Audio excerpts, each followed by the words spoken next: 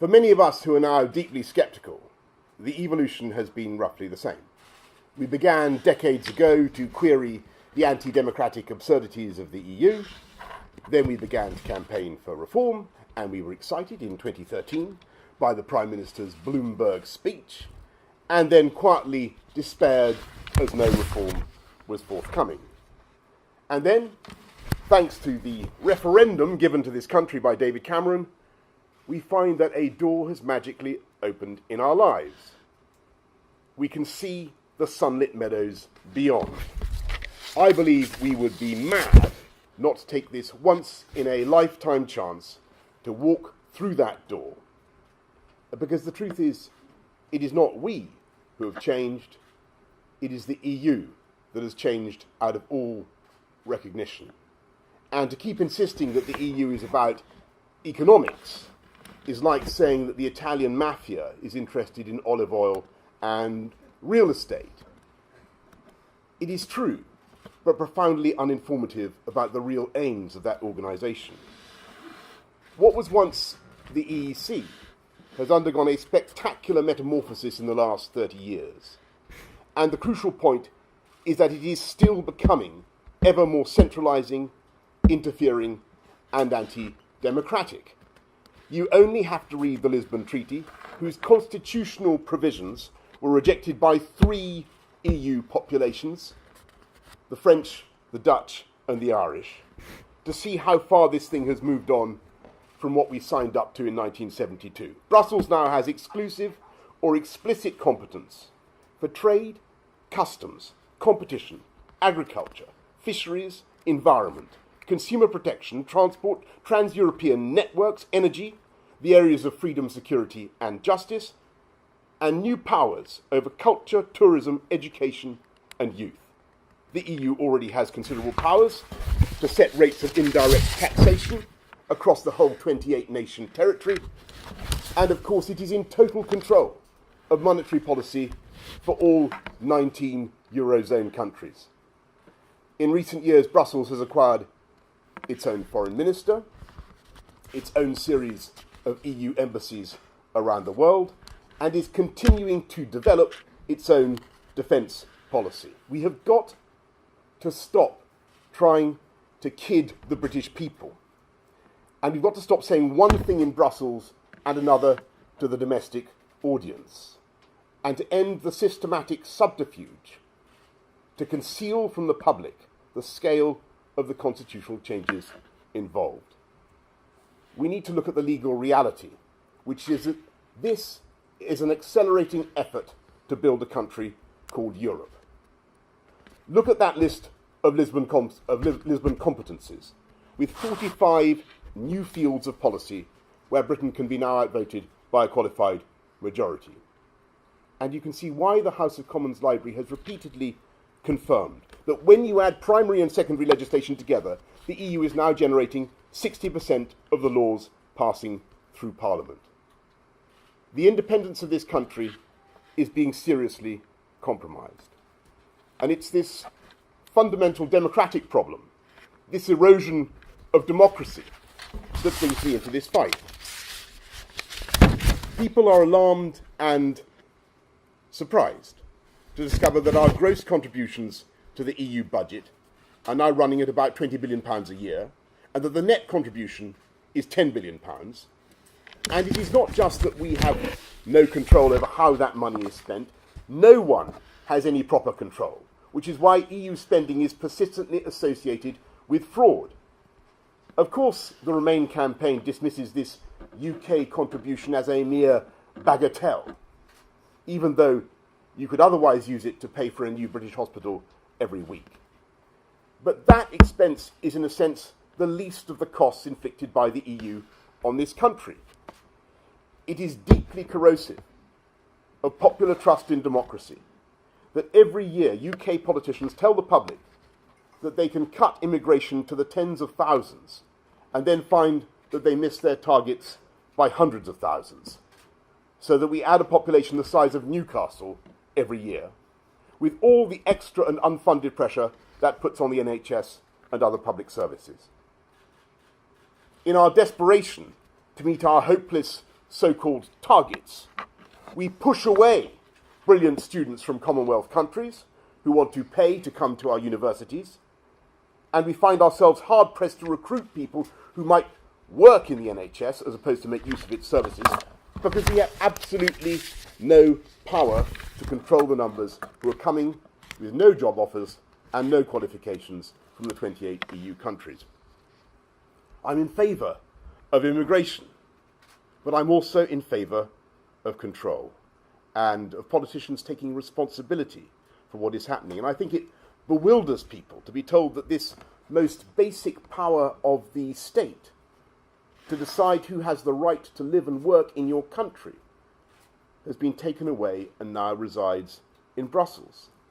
And as I say, that is only one aspect of a steady attrition of the rights of the people to decide their priorities and to remove at elections those who take the decisions. I think it's sad that our powers of economic self-government have become so straitened that the Chancellor of the Exchequer has to go around personally asking other finance ministers to allow him to cut VAT on tampons. And as far as I can see, we have still not secured consent. It is worrying that the European Court of Justice, that's Luxembourg, not Strasbourg, should now be freely adjudicating on human rights questions, and whether or not this country has the right to deport people the Home Office believes are a threat to our security. And it is peculiar that the government is now straining at the gnat of the Convention and the Strasbourg Court, whose rulings are actually not binding on UK courts, while swallowing the camel of the 55-article Charter of Fundamental Rights, which is fully justiciable by the European Court in Luxembourg. When you consider that it is the rulings of that court in Luxembourg that are binding and must be applied by every court in this country, including Parliament.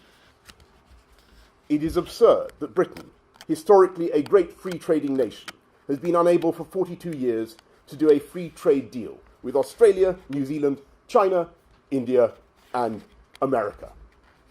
It is, above all, bizarre for the Remain campaign to say that after the UK agreement of February, we are now living in a reformed, quote-unquote, EU, when there has been not a single change to EU competencies, not a single change to the treaty, nothing on agriculture, nothing on the role of the court, nothing of any substance on borders, nothing remotely resembling the agenda for change that was promised in the 2013 Bloomberg speech. And in that excellent speech, the Prime Minister savaged the EU's lack of competitiveness, its remoteness from the voters, its relentless movement in the wrong direction.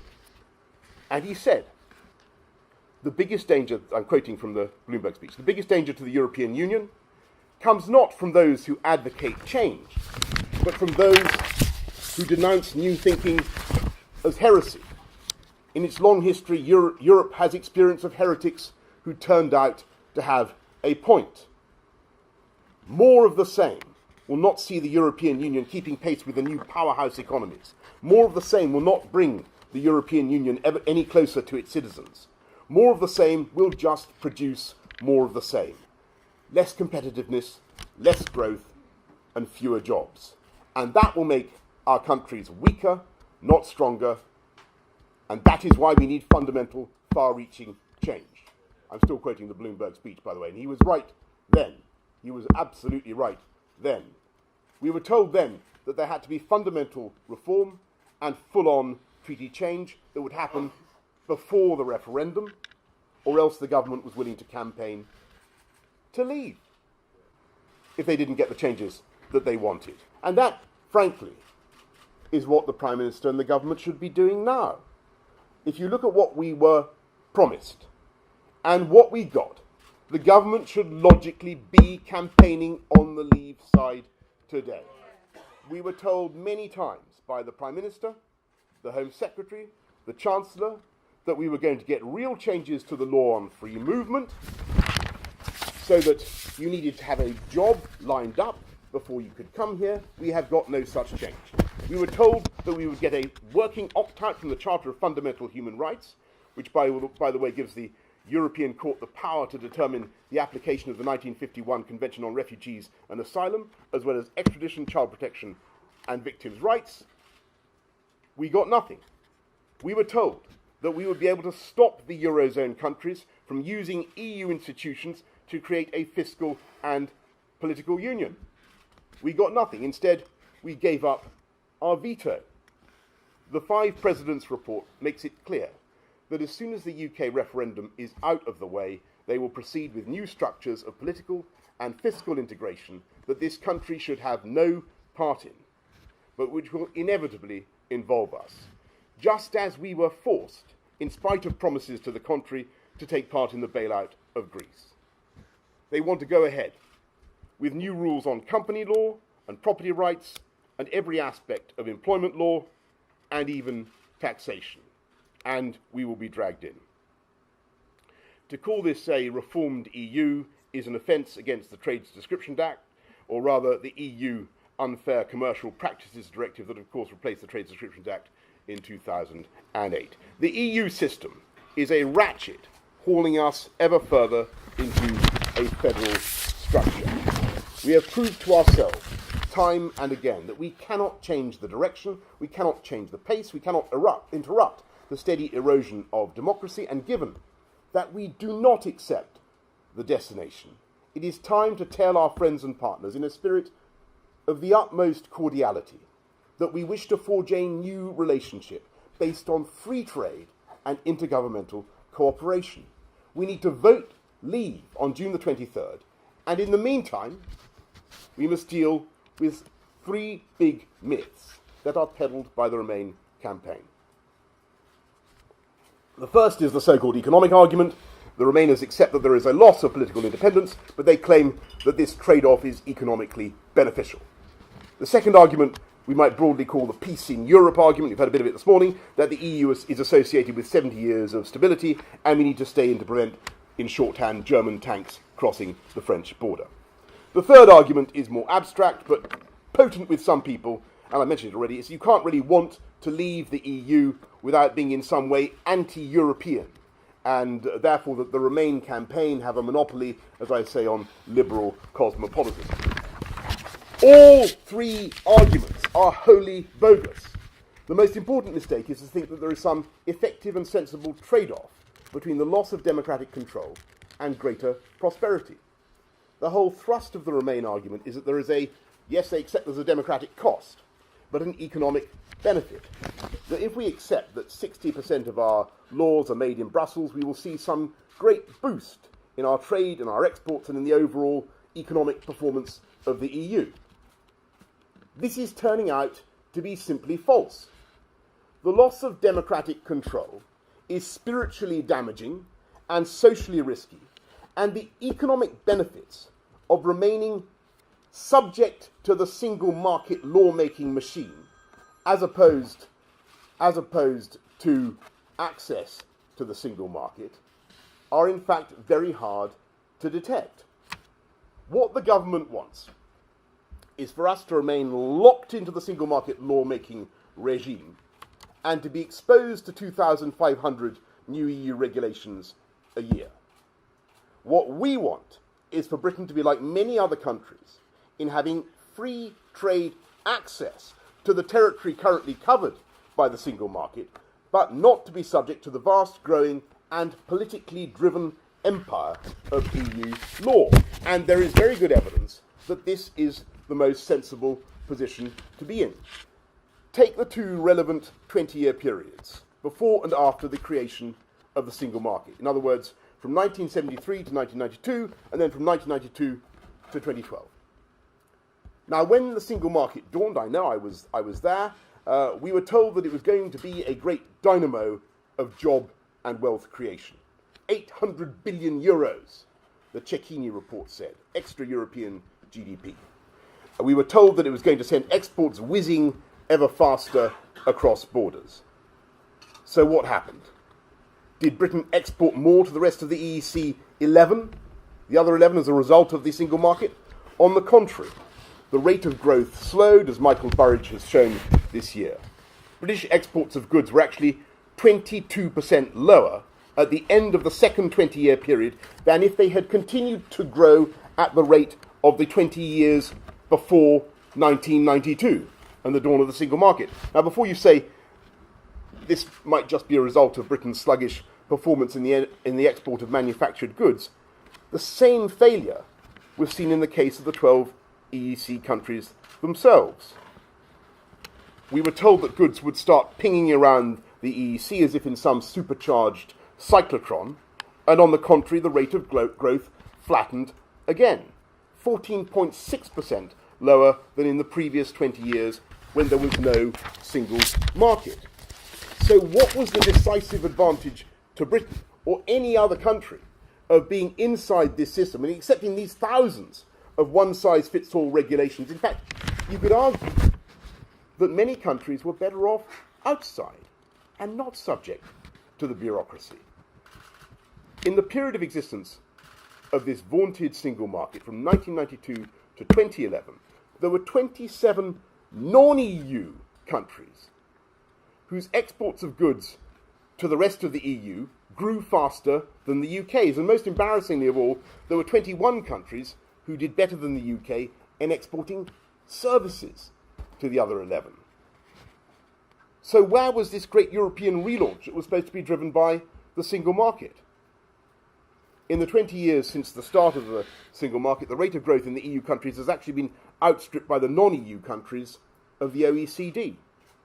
It's actually the independent countries that have done better, and the EU has been a microclimate of scandalously high unemployment.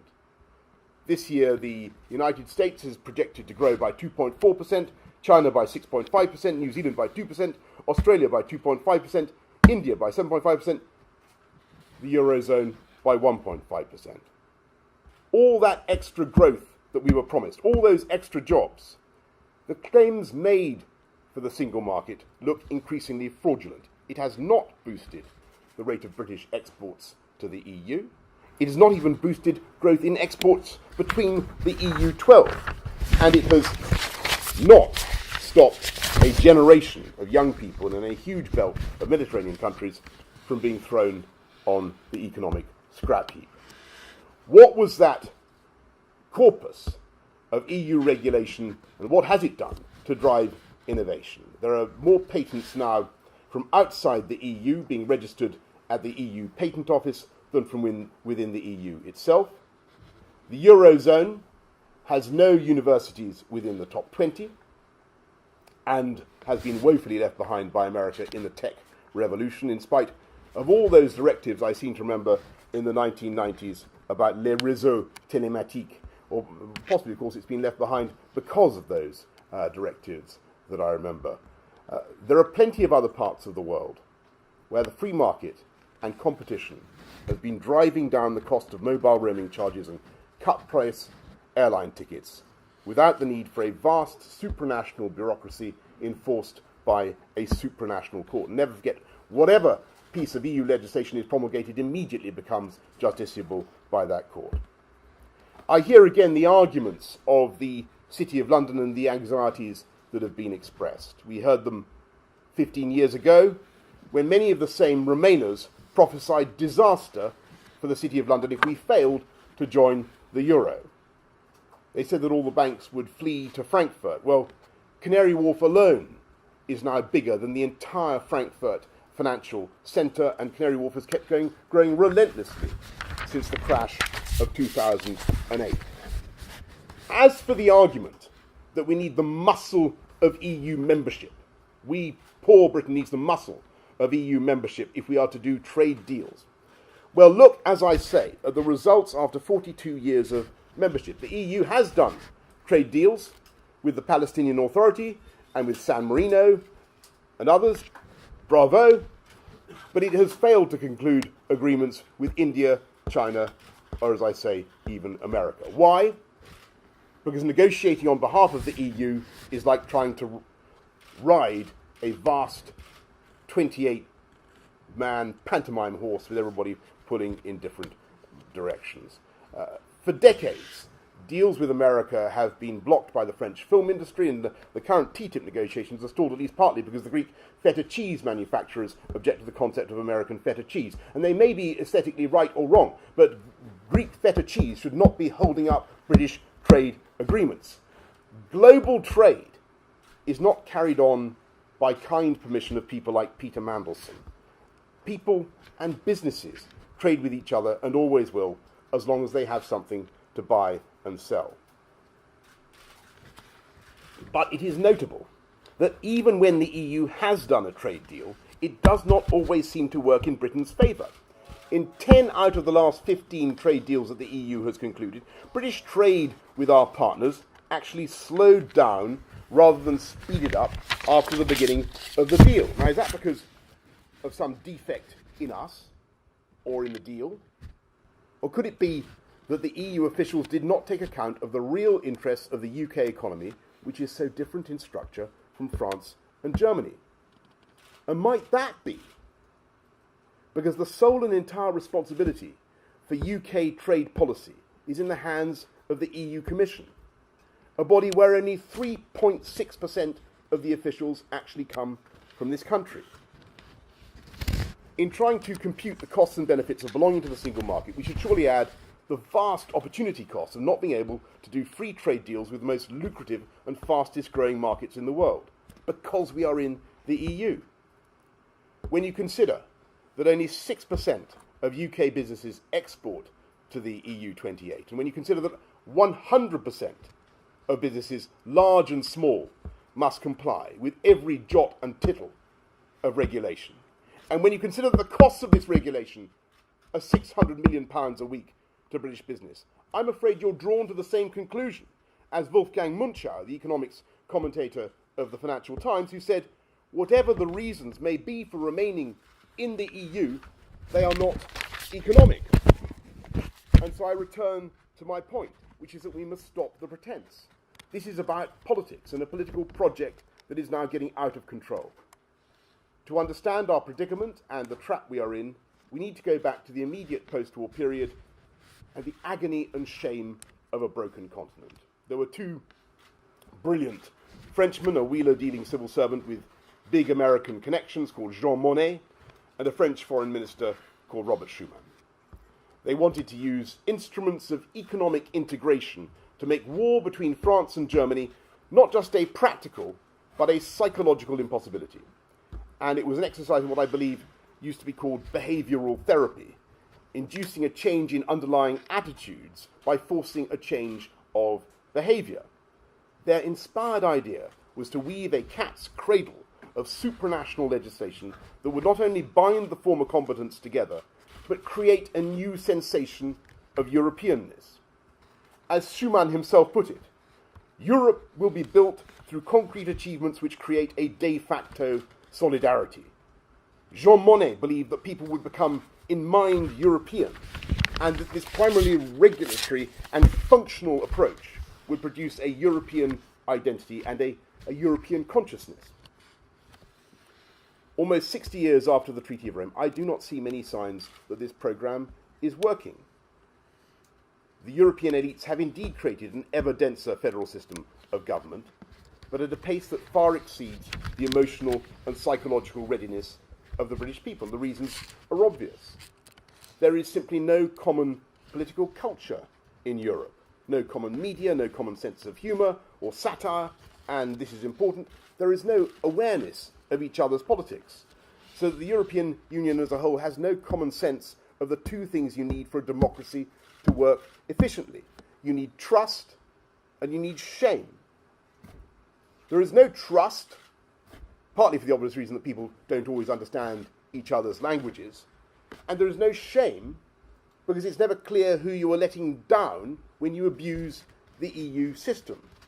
And that's why there is such a cavalier waste and theft of EU funds, because it's everybody's money and therefore it's nobody's money.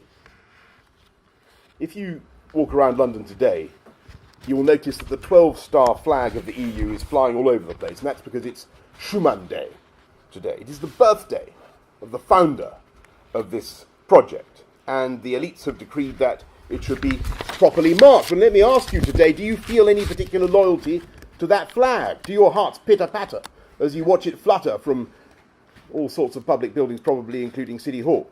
On the contrary, the British share with other EU populations a growing sense of alienation, which is one of the reasons why turnout at European elections continues to decline. As Jean-Claude Juncker has himself remarked with disapproval, too many Europeans are returning to a national or regional mindset. In the face of that disillusionment, the European elites are doing exactly the wrong thing. Instead of devolving power, they are centralizing. Instead of going with the grain of human nature and public opinion, they are reaching for the same corrective behavioral therapy as Monnet and Schuman. More legislation, more federal control, and whenever there is a crisis of any kind in Europe, the cry is always the same: more Europe. What did they do when the Berlin Wall came down in 1989 and the French panicked about the inevitability of German unification? They decided to lock Germany in with a single currency: more Europe. And what are they saying now that the single currency has turned out to be a disaster? More Europe. They persist in the delusion that political cohesion can be created by a forcible economic integration, and they are achieving exactly the opposite. What is the distinctive experience of the people of Greece over the last 8 years? It is a complete humiliation, a sense of powerlessness. The suicide rate has risen by 35%. Life expectancy has actually fallen. Youth unemployment is around 50%. It is an utter disgrace to our continent. That is what happens when you destroy democracy.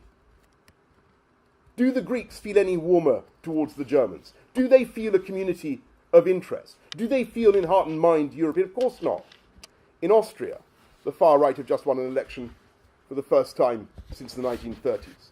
The French National Front are on the march, and Marine Le Pen may very well do well in the presidential elections. You could not say that EU integration is promoting either mutual understanding or moderation, and the economic consequences range from nugatory to disastrous. The answer to the problems of Europe today is not more Europe, if that means more forcible economic and political integration. The answer is reform and devolution of the reform of the kind the Prime Minister demanded in his Bloomberg speech, and devolution of powers back to nations and people, and a return to intergovernmentalism, at least for this country. And that means vote leave on June the 23rd. And of course, there will be some in this country who are rightly troubled by a sense of neighbourly duty. There are Remainers who may actually agree with much of the foregoing about the economic advantages that are either overstated or non-existent, or indeed negative. They may feel, however, uneasy about pulling out of the EU in its hour of need, when our neighbours are in distress, and at this point they deploy the so-called peace in Europe argument that if Britain leaves the EU there will be a return to slaughter on Flanders fields. I have to say, I think this grossly underestimates the way Europe has changed and the NATO guarantee that in reality has underpinned peace in Europe. I saw myself the disaster in the Balkans when the EU was charged and mandated with sorting out the former Yugoslavia, and I saw how actually it was NATO and the American-led alliance that had to come in and sort it out.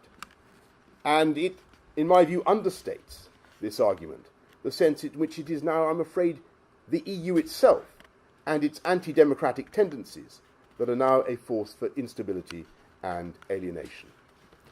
Europe faces twin crises of mass migration and a euro that has proved a disaster for some member states. And the grim truth is that the risks of staying in this unreformed EU are intensifying and not diminishing. In the next 6 weeks, we must all politely but relentlessly put the following questions to our friends in the Remain campaign. 1. How can you possibly control immigration into this country? 2. The living wage is an excellent policy, but how will you stop it being a big pull factor for uncontrolled EU immigration, given that it is far higher than the minimum wage in many other EU countries? If we leave on June the 23rd, if we vote to leave, we can still, of course, provide leadership in Europe in so many of the ways that Britain always has. We can help lead on discussions on security, counter-terrorism, foreign defence policy. We will still be able to cooperate on the environment, on migration, on science, on technology. We'll still have exchanges of students. We will trade as much as before, if not more than ever before. And we will be able to love our fellow Europeans, marry them, live with them, share the joy of discovering different cultures and languages. But we will not be subject to the jurisdiction of a single court and legal system that is proving increasingly erratic and that is imitated by no other trading group around the world. We will not lose influence in Europe or in the world. On the contrary, you could argue actually that we'll gain in clout because we are being drowned out around the table in Brussels, not just by QMV, but of course now we have a Eurozone caucus that can outvote the UK on any point at all. We've been outvoted now more than any other country, 72 times in the last 20 years and ever more regularly since 2010. We can actually recapture or secure our voice on the world stage, fifth biggest economy in the world as we are, in international bodies such as the WTO and the IMF, or CITES, the Convention on International Trade in Endangered Species, where the EU is increasingly replacing us or laying a claim to speak on our behalf.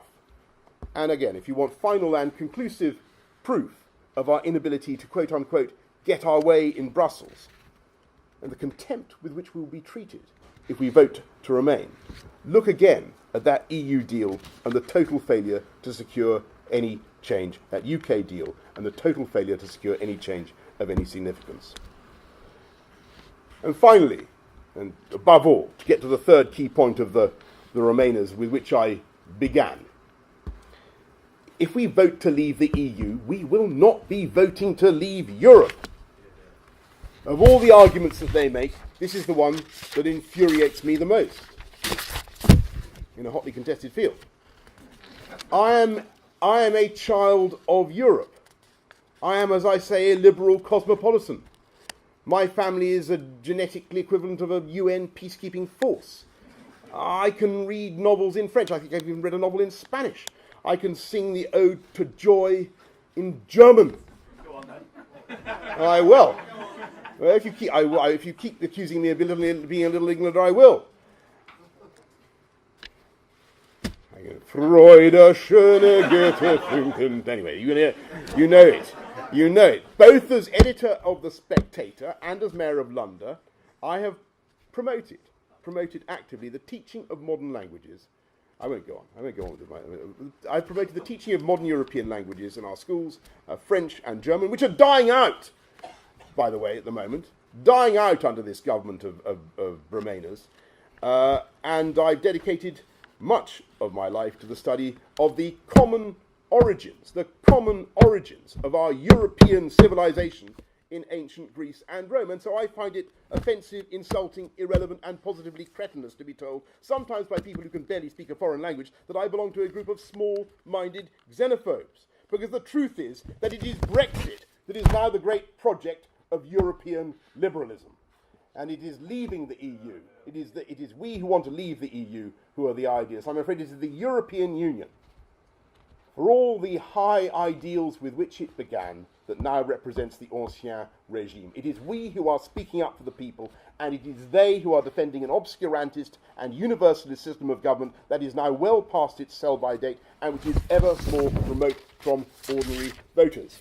It is we in the Leave camp, we who vote Leave, not they, who stand in the tradition of the liberal cosmopolitan European Enlightenment, not just of Locke and Wilkes, but of Rousseau and Voltaire. And though they are many, and though they are well funded, and though we know that they can call on unlimited taxpayer funds for their leaflets, it is we happy few leavers, who have the inestimable advantage of believing strongly in our cause, and that we will be vindicated by history. And we will win for exactly the same reason that the Greeks beat the Persians at Marathon, because they are fighting for an outdated absolutist ideology, and we are fighting for freedom. That is the choice on June the 23rd. It is between taking back control of our money or giving a further £100 billion to Brussels before the next election, between deciding who we want to come here to live and work, or letting the EU decide. It is a choice between a dynamic, liberal, cosmopolitan, open, global, free-trading, prosperous Britain, or a Britain where we remain subject to an undemocratic system devised in the 1950s that is now actively responsible for low growth and in some cases causing economic despair. It is a choice between believing in the possibility of hope and change in Europe, or accepting that we have no choice but to knuckle under. It is a choice between getting dragged ever further into a federal superstate or taking a stand now. And that is why I urge you to vote Leave on June the 23rd and take back control of our democracy. Thank you very much.